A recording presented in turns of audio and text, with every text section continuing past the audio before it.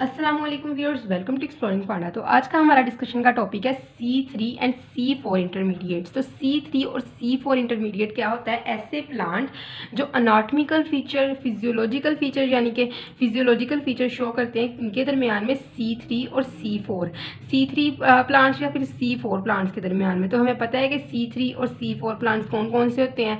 ऐसे प्लांट जिनके अंदर जो C3 साइकिल चलता है, कि जिसके अंदर केल्विन साइकिल चलता है, उनको हम C3 प्लांट्स कहते हैं, क्योंकि इनके अंदर फर्स्ट स्टेबल प्रोडक्ट होती है वो 3 कार्बन प्रोडक्ट होती है, जिसको हम 3 फॉस्फोग्लिसरेट कहते हैं।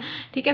और जो C4 प्लांट वो होता है जिनके अंदर जो फर्स्ट स्टेबल प्रोडक्ट होती है वो 4 कार्बन ऑक्सैलो एसीटेट होती है, लेकिन इनके अंदर जो सेल्स पाए जाते हैं वो मेसोफिल और बंडल शीट सेल्स पाए जाते हैं, और इनके अंदर C3 और C4 पाथवे दोनों चलते हैं C4 प्लांट्स के अंदर। और ऐसे प्लांट जो इंटरमीडिएट होते हैं बिटवीन C3 एंड C4, उनको हम क्या कहते हैं कि वो C3 C4 इंटरमीडिएट्स हैं। तो नेडे और लीड्स दो साइंटिस्ट थे जिन्होंने ये बताया था कि जो मलोगो वर्टिसिलेटा है ना प्लांट, वो अनाटमिकल फीचर शो करता है intermediate between the C3 and C4।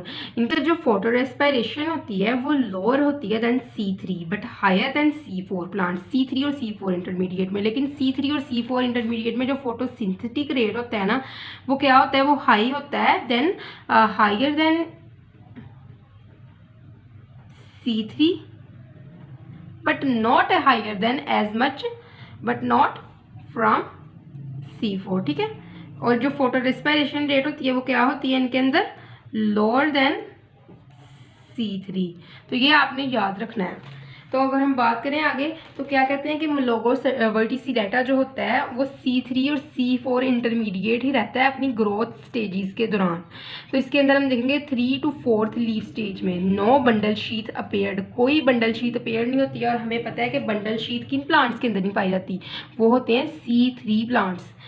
ठीक है। तो यहाँ पे ये रिजेंबलेंस किसके साथ शो कर रहा है, C3 के साथ। इसीलिए तो हम इंटरमीडिएट कहते हैं, कभी C3 की तरह रिजेंबलेंस शो करता है, कभी C4 की तरह रिजेंबलेंस शो करता है। तो यहाँ पे जो 10 to 11th लीफ स्टेज में क्या होता है, बंडल शीट जो होती है अपेयर्ड होती है। तो हमें पता है बंडल शीट किन के अंदर पाई जाती है, C4 प्लांट्स के अंदर। ठीक है। तो यहाँ पे किसके साथ अपने करेक्टर शो रिजेंबल कर रहा है, C4 प्लांट के अंदर। तो बंडल शीट अगर हम कहेंगे किस तरह इनके अंदर जो बंडल शीट होती है उसकी अरेंजमेंट किस तरह होती है, कौन सा मखसूस पैटर्न बनता है इनकी बंडल शीट के अंदर।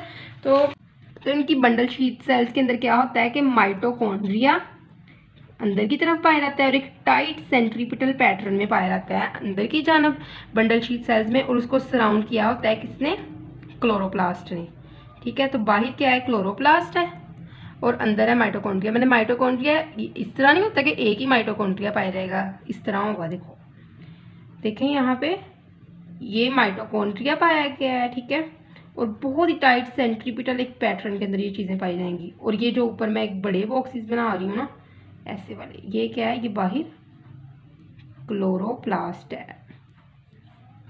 बाहर क्या है, क्लोरोप्लास्ट, अंदर क्या है, माइटोकॉन्ड्रिया, और एक टाइट सेंट्रीपिटल पैटर्न में चीज़ें पाई जाती हैं। ये बंडल शीथ की जो होता है वो स्ट्रक्चर होता है किनका, C3 C4 इंटरमीडिएट्स का। तो यहाँ पे वो ये बताते हैं कि जो मलोगो वर्टिसिलेटा है ना, उनके अंदर क्या होती है, इनके अंदर ये शो करते हैं C3 like carbon isotope ratio, और दूसरी चीज़ क्या है, C4 लाइक शो करते हैं, कंपनसेशन पॉइंट शो करते हैं C4 लाइक। तो मैंने पहले भी आपको बताया कि C3 C4 इंटरमीडिएट्स वो होते हैं जिनके कुछ करेक्टर रिजेंबल करते हैं C3 प्लांट्स के साथ और कुछ करेक्टर रिजेंबल करते हैं C4 प्लांट्स के साथ। तो आई होप सो कि आपको इसकी समझ लगी होगी, लेकिन अगर किसी भी किस्म की कन्फ्यूजन है तो कमेंट सेक्शन में पूछ सकते हैं। Thank you so much and अल्लाह हाफिज़।